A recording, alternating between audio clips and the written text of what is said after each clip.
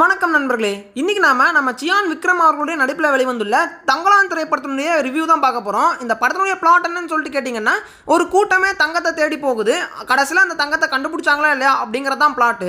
மின்னுவதெல்லாம் பொண்ணல்ல அப்படிங்கிற ஒரு பழமொழியை படமாக்குனா எப்படி இருக்கும், அப்படிதான் இருந்துச்சு இந்த தங்கலான் திரைப்படம்னே சொல்லலாம். ஸோ இந்த படத்தினுடைய பாசிட்டிவ்ஸ் அப்படின்னு சொல்லிட்டு எடுத்துக்கிட்டோம்னா ஏகப்பட்டது இருக்குது அப்படின்னு தான் சொல்லி ஆகணும். முதல் விஷயம் ஸ்க்ரீன் பிளே. நம்ம பாரஞ்சித் அவர்களுடைய ஸ்க்ரீன் பிளே பயங்கரமாக இந்த படத்தில் இம்ப்ரூவ் ஆயிருக்குன்னே சொல்லலாம். இந்த படத்தினுடைய அந்த பீரியட் வந்து பார்த்தீங்கன்னா 1850, அதாவது 1980 காலகட்டத்தில் நடக்கிற மாதிரி காட்டுறாங்க.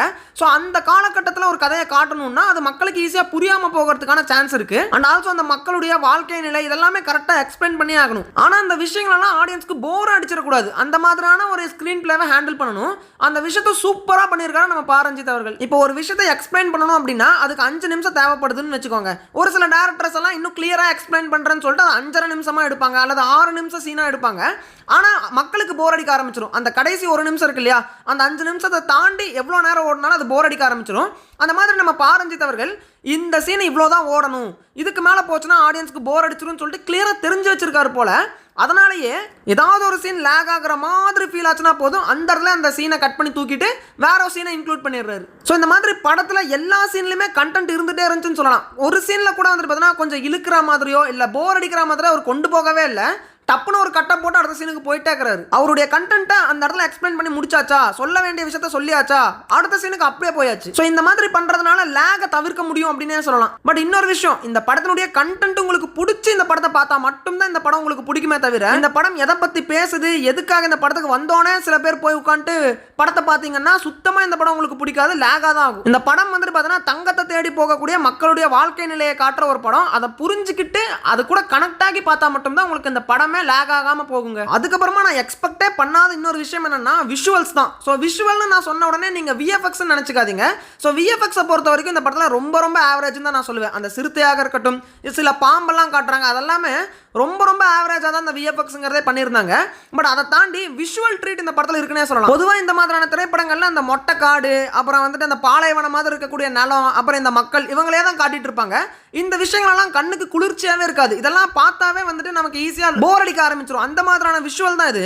பட் அந்த விஷுவல்ல எந்தெந்த மாதிரியான சர்ப்ரைஸ்லாம் வைக்க முடியுமோ வச்சு தான் எடுத்திருக்காரு நம்ம பாரஞ்சித் அவர்கள். நம்ம தங்கலான் அவர்களுடைய ஃபைட் சீன்ஸ்லாம் வந்துட்டு பார்த்தீங்கன்னா முரட்டுத்தனமாக எடுத்திருக்காங்க அப்படின்னே சொல்லலாம். அந்த இடத்துலலாம் வந்துட்டு நமக்கு போர் அடிக்காது, லேகே ஆகாது. என்னடா இந்த அளவுக்கு எடுத்திருக்கீங்க அப்படின்னு ஒரு வியப்பு மட்டும் தான் இருந்துட்டே இருக்கும். அதுக்கப்புறமா நம்ம தங்கலான் கதாபாத்திரத்துக்கு ஒரு இல்யூஷன் வந்துட்டே இருக்கும். அந்த இல்யூஷன் வர்ற விஷயத்துல நம்ம என்ன வேணா பண்ணிக்கலாம் இல்லையா, அந்த விஷயங்களை நம்ம டிஃப்ரெண்டா காட்டலாம். ஸோ அதெல்லாமே வந்துட்டு பார்த்தீங்கன்னா முடிஞ்ச அளவுக்கு டிஃப்ரெண்டாவே பண்ணியிருக்காங்க. அதாவது விஷுவலா போர் அடிக்காத மாதிரி ரொம்ப சூப்பராகவே அந்த இல்யூஷன்ஸ்லாம் பண்ணியிருக்காரு அப்படின்னே சொல்லலாங்க. ஸோ ஸ்க்ரீன் பிளேவும் சூப்பராக இருந்துச்சு, விஷுவல்ஸும் ரொம்ப ஸ்டன்னிங்காகவே இருந்துச்சுன்னு சொல்லலாம். அதுக்கப்புறமா ஒரு டிபார்ட்மெண்ட்டுங்க எடிட்டிங். இந்த திரைப்படத்தினுடைய எடிட்டர் வந்துட்டு செல்வா ஆர்கே அப்படிங்கிறவர் தான். அந்த பேரெல்லாம் நம்ம சொல்லாம விட்டா இந்த படத்துக்கு நாம செய்யற துரோகனே சொல்லலாம். ஒரு சீன்ல பகல் இரவு மாறி மாறி வர்ற மாதிரி காட்டியிருக்காங்க. அதெல்லாம் சத்தியமா சொல்றேன், இந்த அளவுக்கு எடிட் பண்ணியிருப்பாங்கன்னு நான் எதிர்பார்க்கவே இல்லை.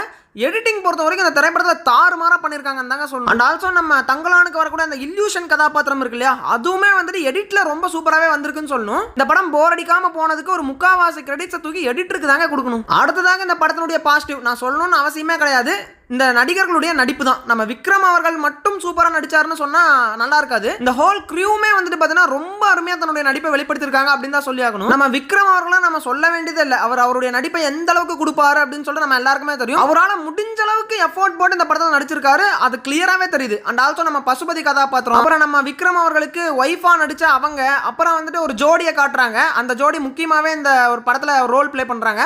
ஸோ அவங்க எல்லாரும் முதற்கொண்டு எல்லாருமே தன்னுடைய நடிப்பை சூப்பராகவே கொடுத்துருக்காங்கன்னு சொல்லலாம். அண்ட் ஆல்சோ அந்த பிரிட்டிஷ்காரன் கூட சூப்பராக நடிச்சிருந்தான். அப்புறம் அந்த பிரிட்டிஷ்காரன் கூட, அதாவது டேனி அப்படிங்கிற ஒரு ஆக்டர் நினைக்கிறேன், ஸோ அவருமே வந்துட்டு ரொம்ப சூப்பராக நடிச்சிருந்தாரு. அதுக்கப்புறமா இந்த திரைப்படத்தினுடைய இசை, ஸோ நம்ம ஜிவி பிரகாஷ் அவர்களை வந்துட்டு நம்ம ரொம்ப நாளாவே இவர் சரியா போடுறதில்ல, இவர் கம்பேக் கொடுக்கணும்னு சொல்லிட்டு இருந்தோம்ல. ஸோ ஒரு நல்ல கம்பேக்காக தான் இந்த தங்கலான் திரைப்படம் அமைஞ்சதுன்னே சொல்லலாம். இந்த படத்தில் வந்து அந்த வானே தங்கலானே அப்படிங்கிற சாங்காக இருக்கட்டும், அப்புறம் மேனா மினிக்கி அப்படிங்கிற சாங், இதெல்லாமே ரொம்ப சூப்பராக இருந்துச்சு. அண்ட் ஆல்சோ இந்த தேட்டரில் கேட்கும்போது இன்னும் எஃபெக்டிவாக அந்த சாங்ஸ் எல்லாம் இருந்துச்சுன்னு சொல்லலாம். அப்புறம் நம்ம பாரஞ்சித் அவர்களை இன்னொரு விஷயத்தில் நான் பாராட்டி ஆகணும். ஏன்னா இந்த படத்தில் தான் இந்த சாங்ஸ் எல்லாம் கச்சிதமாக பொருந்தின மாதிரி எனக்கு ஃபீல் ஆச்சு. ஏன்னா இப்போ நிறையா திரைப்படங்கள்ல இந்த பாட்டு இந்த இடத்துல எதுக்கு வருது, எதுக்கு இந்த இடத்துல இந்த பாட்டு வச்சாங்கன்னே தெரியலையேங்கிற மாதிரி தான் ஃபீல் ஆகிருக்கும்.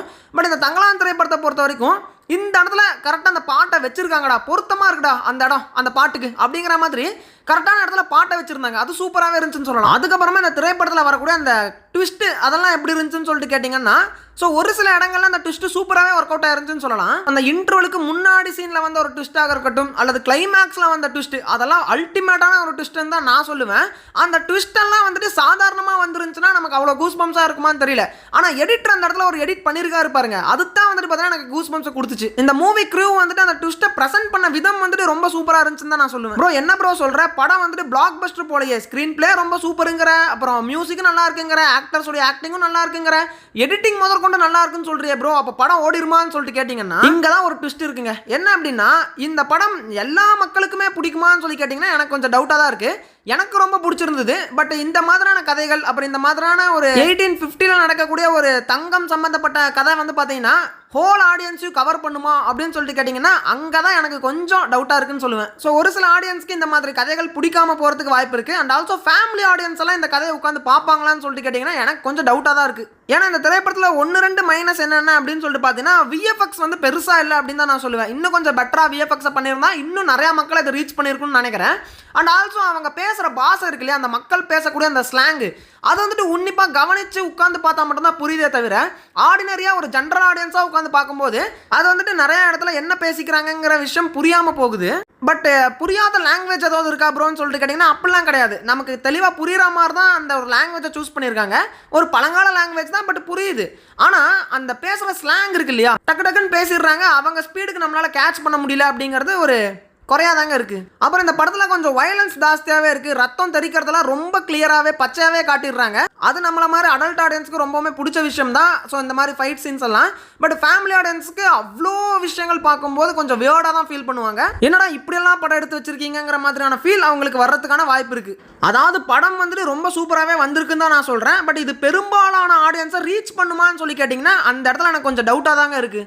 மேபி அது கூட இந்த படத்துக்கு சில மிக்ஸ்டு ரிவ்யூஸ் கொடுக்கறதுக்கான வாய்ப்பு இருக்குது. பட் படமாக பார்க்கும்போது ரொம்ப சூப்பரான ஒரு படம், அருமையான படம். மறுபடியும் நம்ம பாரஞ்சித் அவர்கள் ஒரு நல்ல வெற்றி படத்தை தான் கொடுத்துருக்காரு நான் சொல்லுவேன். என்னுடைய பாயிண்ட் ஆஃப் வியூ அதுதான். ஸோ ஃபைனலாக என்னதான் ப்ரோ சொல்ல வரேன்னு சொல்லி கேட்டிங்கன்னா, இந்த படத்தினுடைய ட்ரெய்லரை நீங்கள் பார்த்துருப்பீங்க. அந்த ட்ரெய்லரை வச்சு இந்த படத்தின் மேலே உங்களுக்கு ஒரு எக்ஸ்பெக்டேஷன் கிரியேட் ஆச்சுன்னா மட்டும் இந்த படத்துக்கு நீங்கள் போகலாம். ப்ரோ இல்லை எனக்கு அந்த விஷுவல்ஸே வந்துட்டு அவ்வளோ அட்ராக்டிவாக இல்லை அப்படிங்கிற மாதிரி நீங்கள் ஃபீல் பண்ணீங்கன்னா கூட உங்களை இந்த படம் கன்வின்ஸ் பண்ணிரும் தான் நான் நினைக்கிறேன். பட் ஒருவேளை உங்களுக்கு இந்த படத்தின் மேலே இன்ட்ரெஸ்ட் இல்லை அப்படிங்கிற பட்சத்தில் நீங்கள் இந்த படத்துக்கு போக வேண்டாம் தான் நான் சொல்லுவேங்க. பட் என்னுடைய எக்ஸ்பெக்டேஷன்ஸ் இந்த படம் பூர்த்தி செஞ்சுச்சு அப்படின்னு தாங்க நான் சொல்லுவேன். ஸோ இந்த ஒரு திரைப்படத்துக்கு என்னுடைய ரேட்டிங்ஸ் என்ன அப்படின்னா 8.2 out of 10. இப்போ சில பேர் கமெண்ட் பண்ண ஆரம்பிச்சிருப்பீங்க, ப்ரோ இன்ட்ரெஸ்ட் இல்லாதவங்கலாம் போக வேண்டாம்னு சொல்றீங்கல்ல, இன்ட்ரெஸ்ட் இருக்கிறவங்க தானே படத்துக்கே போக போறாங்க, இன்ட்ரெஸ்ட் இல்லாதவங்க எப்படி இருந்தாலும் போறது இல்லை அப்படின்னு சொல்லி கேட்டிங்கன்னா, ஒரு சில திரைப்படங்கள் அந்த படத்தின் மேலே உங்களுக்கு இன்ட்ரெஸ்ட் இல்லைன்னாலும் நான் மஸ்ட் வாட்ச்னு சொல்லுவேன். இந்த படத்தை நீங்கள் தேட்டரில் எக்ஸ்பீரியன்ஸ் பண்ணாமல் விட்டுறாதீங்க, இதெல்லாம் போனால் கிடைக்காதுங்கிற அளவுக்கு நான் ஓவர் பில்டப் கொடுப்பேன். அந்த அளவுக்கு இந்த படத்துக்கு நான் பில்டப் கொடுக்கல அப்படின்னு தான் சொல்ல வரேன். உங்களுக்கு இந்த மாதிரியான கண்டென்ட்ல இன்ட்ரெஸ்ட் இருந்துச்சுன்னா உங்களுக்கு இந்த படம் பிடிக்கும், உங்களை ஏமாத்தாது. ஆனால் உங்களுக்கு இந்த கண்டென்ட்ல இன்ட்ரெஸ்ட் இல்லைன்னா நீங்கள் விட்டுருங்க, பார்க்கவே வேணாம் தான் சொல்ல வரேன். ஸோ நீங்கள் இந்த தங்கலான் திரைப்படத்தை பார்த்துட்டீங்களா? உங்களுக்கு இந்த படத்தில் என்னென்ன விஷயங்களெல்லாம் பிடிச்சிருந்ததுன்னு சொல்லிட்டு மறக்காம கமெண்ட்ல சொல்லுங்க. உங்களை நான் அடுத்த வீடியோவில் சந்திக்கிறேன்.